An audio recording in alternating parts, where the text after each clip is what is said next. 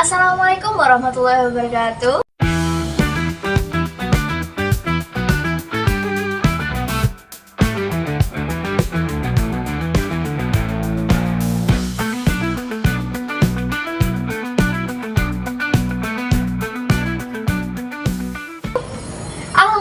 Di Smabum Lokorejo Podcastnya SMA Plus Bustan Ulum Lokorejo. Hai sahabat podcast, gimana nih kabarnya? Bertemu lagi dengan kita di acara Binpres, Bincang Prestasi. Saya Prisa Yunita sebagai moderator, dan di samping saya ada narasumber yang sangat istimewa. Kenalan dulu dong kak. Halo sahabat podcast, perkenalkan nama saya Nabitul Umia. Saya adalah siswi dari SMA Plus Bustan Ulum Lokorejo dan saya dari kelas 12-3. Nah, Kak Nabila ini guys telah menerbitkan buku, yakni buku antologi puisi yang dicapainya sampai mencapai penghargaan penulis diksi ya Kak ya, penulis diksi nasional dari Malaysia. Nah, di sini guys kita akan berbincang tentang seputar bukunya Kak Nabila ini guys. Nah, oke Kak, buku ini Kak Nabila tulis sendiri ya Kak ya? Oh ya, tentu saya tulis sendiri, saya karang sendiri, juga ngetik sendiri. Nah Kak, bisa dong Kak Nabila ceritakan tentang seputar buku ini Kak? Oh boleh. Jadi buku ini berjudul Biarkan Jalak yang Bercerita, di mana buku ini berisikan diksi-diksi, kata-kata yang puitis tentang keluh kesah saya selama di pesantren hingga menjadi kumpulan puisi seperti itu. Oke. Nah Kak, menurut saya kalau nulis buku itu kan berat banget Kak ya, otomatis lama. Berapa lama sih jangka waktu Kakak untuk menulis puisi ini? Jangka waktunya itu sekitar 1 bulan. Sebelum itu kan yang ditanya jangka waktunya, ada cerita nih sedikit. Oke, silahkan cerita. Gini, ketika sebelum tanggal 1 September itu Bu Noni menghubungi saya selaku pembina saya di ekskul literasi seperti itu. Kemudian Bu Noni menghubungi saya untuk mengikuti event yang diadakan oleh Nyalanesia, di mana pada waktu itu ketika kita menulis buku maka kita akan mendapatkan diskon. Nah waktu itu diskonnya besar-besaran nih. Namun seperti itu, tantangannya adalah kita harus menulis buku atau menyelesaikan bukunya dalam jangka waktu 1 bulan. Nah waktu itu saya gak percaya diri banget, bahkan kan hampir mengajak Kak Prisa ini untuk saya gandeng untuk menulis buku bersama. Jadi dalam buku itu ada 2 penulis seperti itu. Namun Bu Noni itu selalu meyakinkan saya, gak apa-apa sudah, ayo nulis buku gitu sendirian. Apa sih, sayang banget kamu tuh udah punya banyak puisi, untuk menambahinya itu kamu tinggal sedikit lagi, gak apa-apa, 1 hari 3, 1 hari 2 gitu. Untuk ditambah-tambahkan hingga menjadi beberapa halaman seperti itu. Dan ketika tanggal 1 September saya mulai mengetik puisi saya, tanggal 30 alhamdulillah puisi itu sudah rampung dan saya setorkan kepada Bu Noni. Wah keren banget ya guys ya, bisa menulis puisi sampai jadi buku dalam waktu 1 bulan. Kalau boleh tahu ini ada berapa puisi nih Kak di dalam bukunya? Dalam bukunya itu sekitar ada 87 puisi dengan 121 halaman. Wah keren banget guys, 87 puisi dalam 1 bulan. Nah Kak, boleh dong kita sharing-sharing ya, apa sih yang menginspirasi kakak untuk menulis buku ini? Atau seseorang kah? Atau kakak terinspirasi dari apa gitu?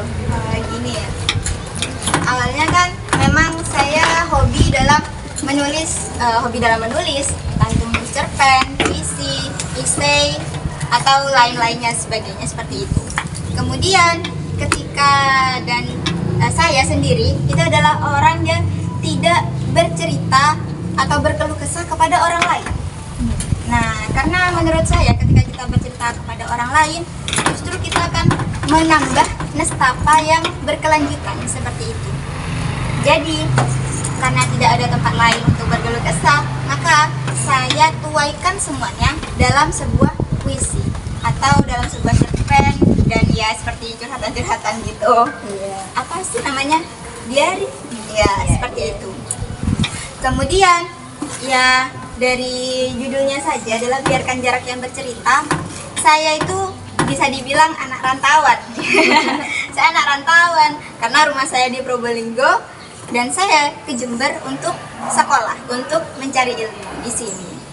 Jadi menurut saya hidup tanpa orang tua gitu, hidup tanpa kasih sayang mereka itu gak mudah banget, gak mudah banget. Jadi ketika saya rindu orang tua saya, atau ketika ada konflik di pesantren, atau rindu orang yang ada di sana, di mana ya? Sepil gak kak? Jangan dong. Oh jangan.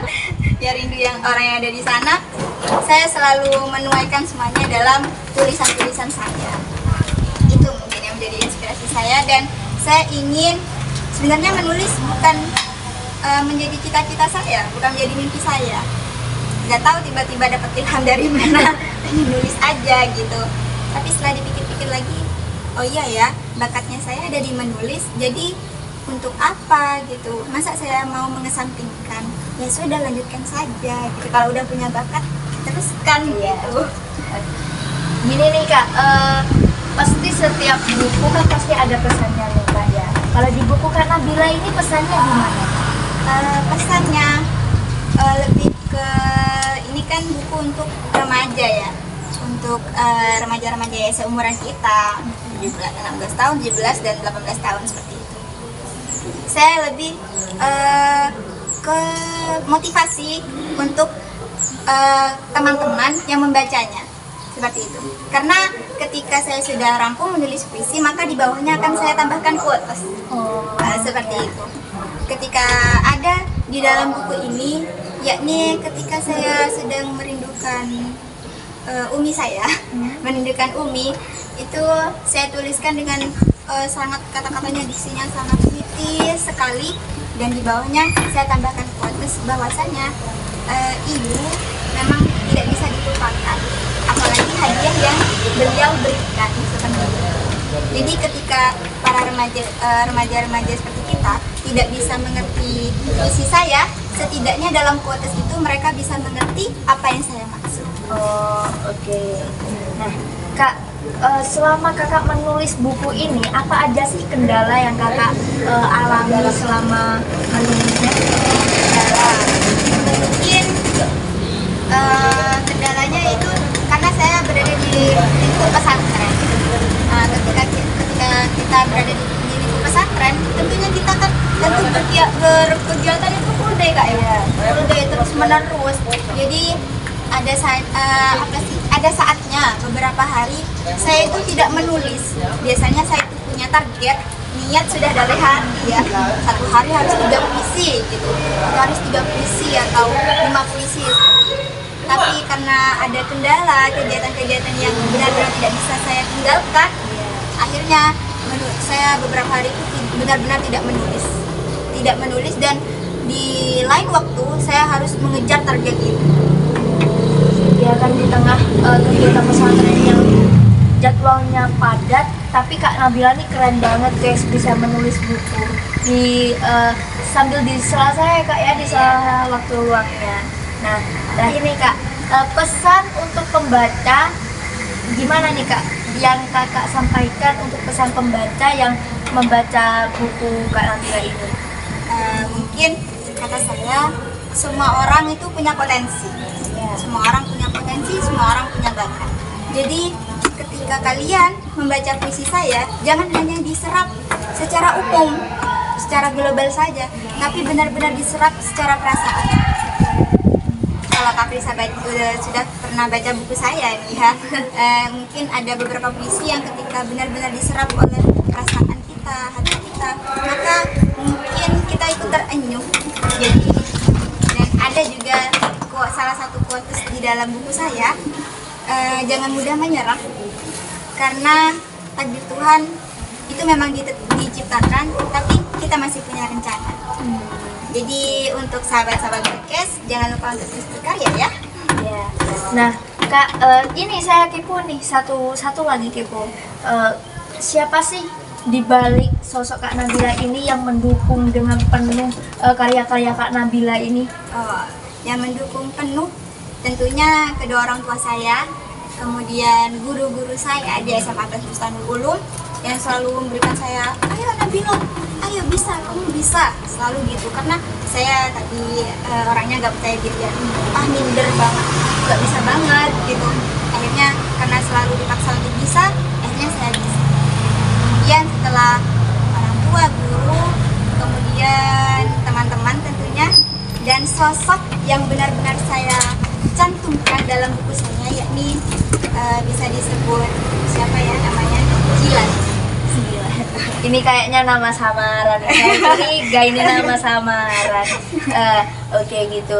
Ini guys, Kak Nabila aja bisa nih berkarya kan. Kayak kalau sahabat podcast mungkin harus lebih percaya diri gitu. Kita menemukan bakatnya kita gitu. Terus ini apalagi Kak ya?